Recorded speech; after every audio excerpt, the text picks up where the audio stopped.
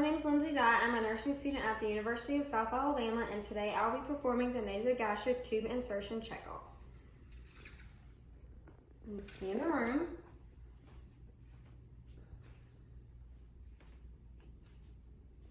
First, I need to verify the order and verify hospital policy. So we have the order to insert a Salem sump and connect to low intermittent wall suction.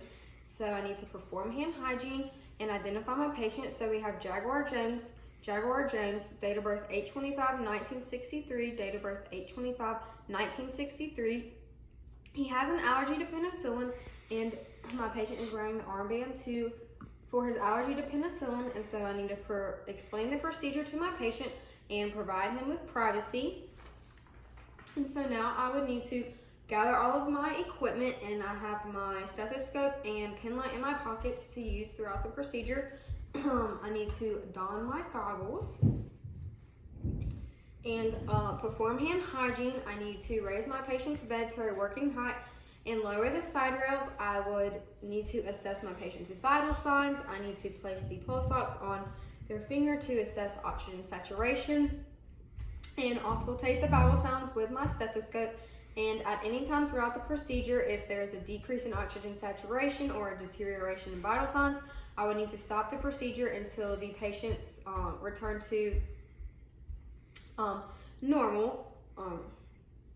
Until their patient became stable. And so then I need to raise my the head of the bed to high Fowler's position unless contraindicated. I need to establish a queuing sign with my patient in case we need to stop the procedure at any time. And so now I'll open my packaging.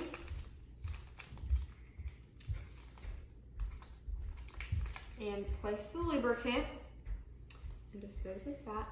And then I would need to prepare my tape, which I've already done. So I have a dog ear to mark the tubing. I have a piece of tape for temporary placement. I have a final fixation tape and a piece of tape for labeling. And so now I need to loosen the plunger on my syringe and apply my clean pair of gloves.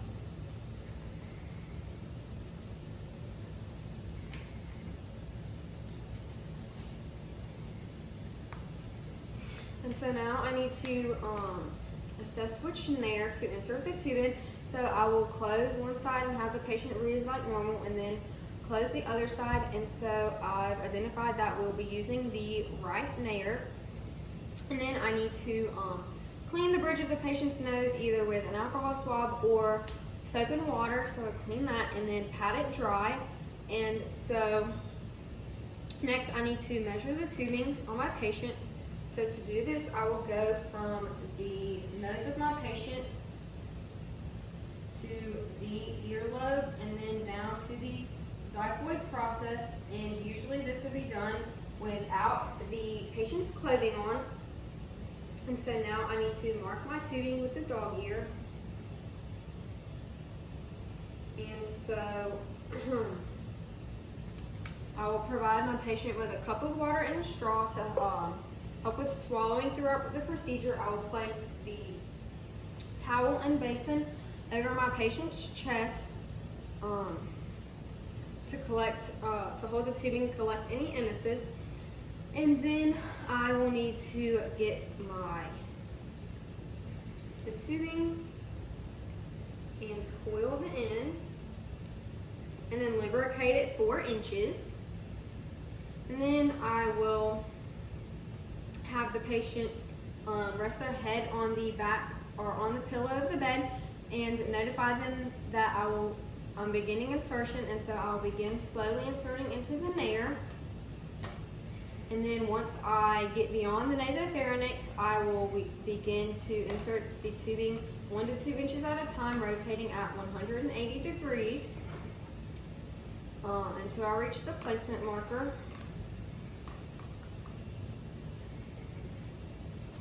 And then at any time while I'm doing this, if the patient begins to cough, if there's a drop in oxygen saturation, or if the patient shows any difficulty breathing, I would need to withdraw the tubing to the posterior nasopharynx and have wait until they resume to normal breathing pattern, and then I would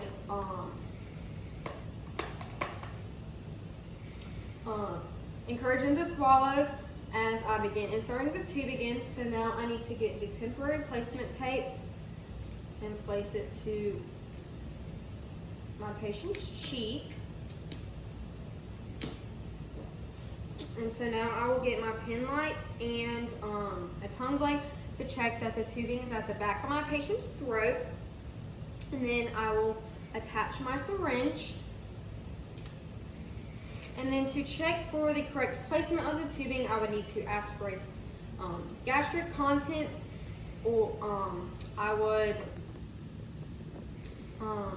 test the pH if it was indicated, and obtain a chest x-ray if that was ordered. And so now I would need to clean the bridge of the patient's nose again and remove the placement marker piece of tape.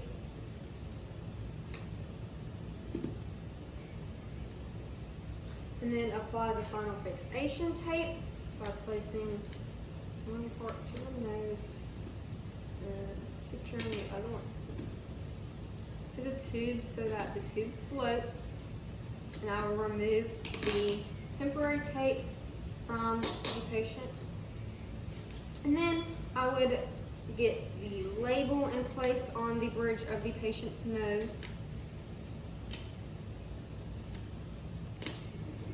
Then I will need to secure my patient's tubing to the gown of the patient with a clip, and I would get an indelible marker to mark the placement of the tubing at the edge of the nose to use to analyze any tube displacement. And so I will replace the gastric contents and remove that from the tubing. And then I would apply intermittent suctioning, or apply the suctioning tubing and then turn the intermittent suction on the wall to low. And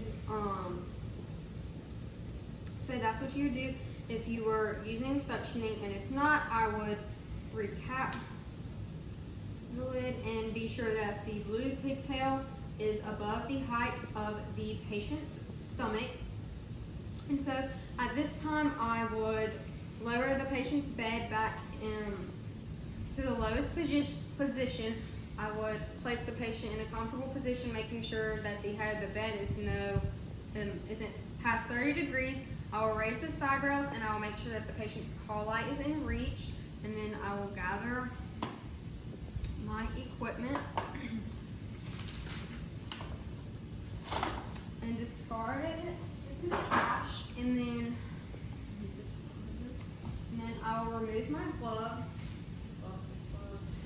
and perform hand hygiene. And then I will go to document. And what I would document is the size and type of the NG tube. I would document the time and the location of the tube. I would document how the tubing was secured onto the patient, and I would document how I checked for the correct placement of the tubing. I will document the suctioning since it was used, and I will document the patient's response to the procedure and the amount, color, and consistency of the secretions.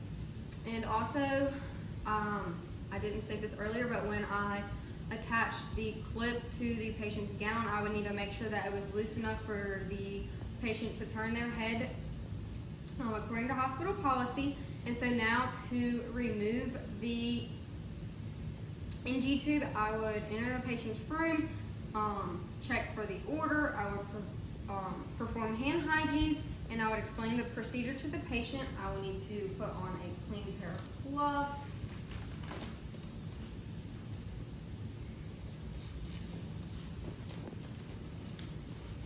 And place the towel over the patient's chest. I will need to auscultate my patient's vital signs with my stethoscope. I will turn off the intermittent suctioning. I will unclip my patient's tubing from the gown, and I will remove my tape.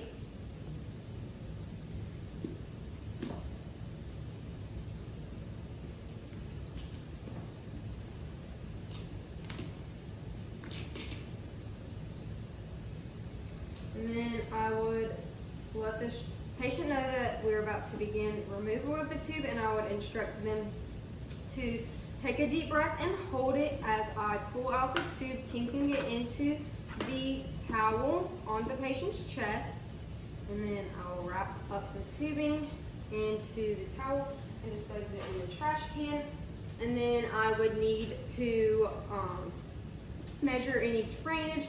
I would perform oral hygiene to the patient, and then I would go to document.